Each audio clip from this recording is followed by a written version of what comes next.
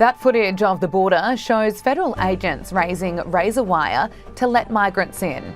The video was taken last year, but stand by to see more chaotic scenes just like this, because the US Supreme Court has narrowly ruled that Border Patrol agents are allowed to cut through or remove razor wire that was installed by Texas in an effort to prevent illegal border crossings. The vote was 5-4.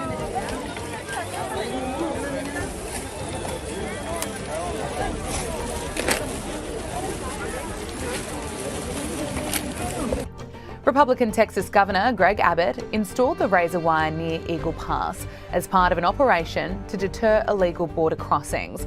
The Biden administration argued there was no indication the wire was deterring migrants from crossing into the US and claimed the barriers impeded the ability of Border Patrol agents to monitor and respond to emergencies.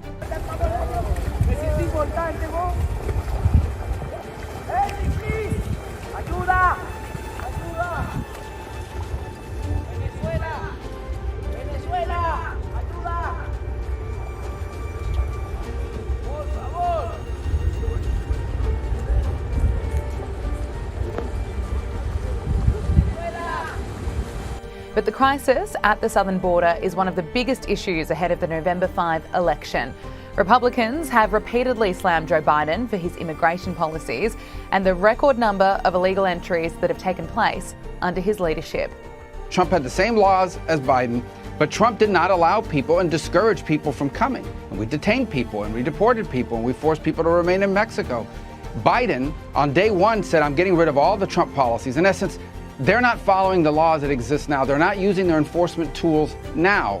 So what leads us to believe that no matter what law you pass, they're actually going to do any of the things you agreed to? All these things do is it allows an administration to do something, but doesn't mean they're going to do it. So if they're willing to go to the Supreme Court to fight against border security, what makes you think they're going to adhere by any legislative deal that's done on border security? They're going to take the legislation and say, well, yes, that's an option, but not pursue it because they're not interested in border security.